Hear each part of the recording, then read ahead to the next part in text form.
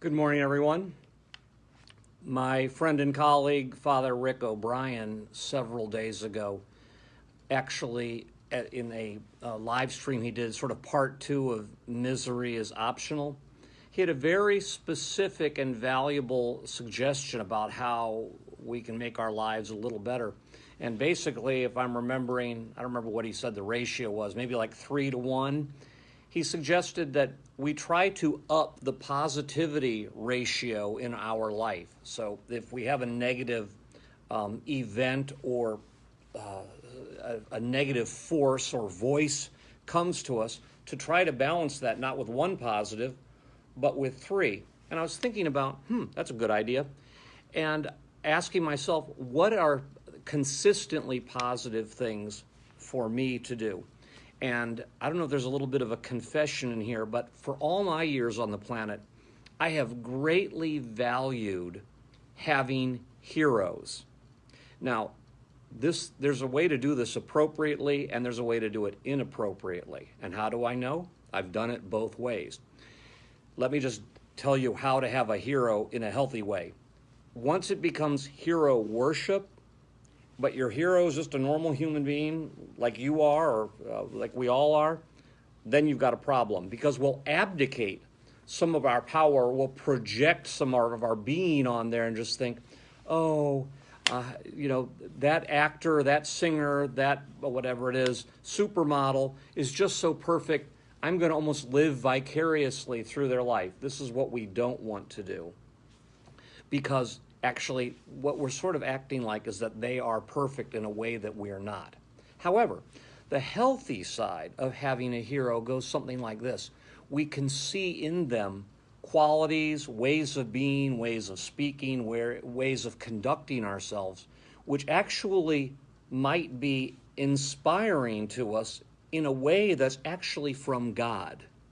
God can reach to us through others. We see that happening in the Bible again and again and again, where people are noble, they are brave, they risk personal loss to tell the truth, to try to effect justice or fairness or a victory that needs to be effected, even though it costs them a lot, maybe on a personal level. For instance, their lives or their freedom. They might end up in jail like St. Paul. Speaking of St. Paul, let's go there for a minute. What you'll often hear from Christians, have you all heard of WWJD, What Would Jesus Do?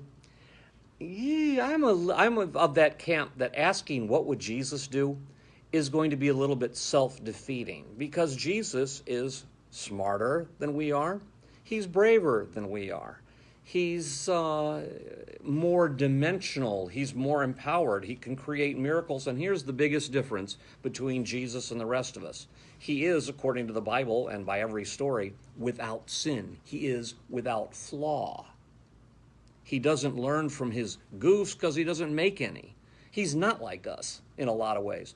So as much as I want people to worship or give the glory to Jesus, I think he makes a bad hero, because we're going to forever fall short.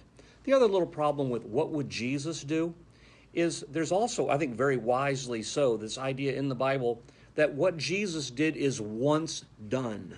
We don't all need to get on the cross and die. Jesus has already done it for us. Get it?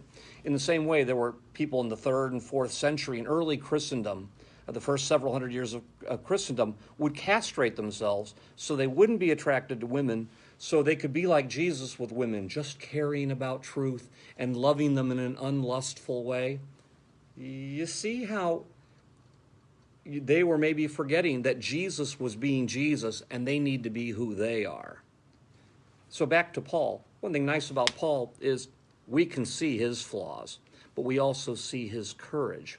We also see his incredible willingness to suffer in the short run for the good of a long-term truth and beauty and an eternal love, something we can identify a little more. So there's a little something for you, fellow brothers and sisters who are pursuing God's goodness and truth. You might want to say for a little while, instead of what would Jesus do, you say, what would Paul do, or St. Paul, or Paul the Apostle, whatever you want to call him. And for those of us, for even whom Paul's sets a pretty high bar, look around in your life and see in a healthy way, are there people on the TV that pop up on your internet, the Mother Teresas, the whatever it is. I'm not supposed to talk about politics because priests are supposed to be completely neutral. I was just discussing in the church sanctuary the other day with two church members that for the first several months of my life, Dwight D. Eisenhower was president. And let me say unequivocally, in my whole lifetime, in my opinion, the best president was Dwight D. Eisenhower. And if you look into his life and you have sensibilities like mine, you're going to say like, wow, that guy is amazing. Truthful, wise, able to handle very complex situations and come up with a clear course of action. He's hero worthy. I don't worship the guy. He's dead for one. But jumping on the Wikipedia page and reading about Dwight D. Eisenhower, it's benefited me. He's a hero. And Mother Teresa has been a hero of mine. St. Paul's been a hero of mine. Jesus is a hero of mine. But in all cases, what we're doing is asking God's Spirit to come to us and show us in these other people what it is that we can learn, that we can then emulate or maybe alter, but then make our own. How are our heroes empowering us to be our best person?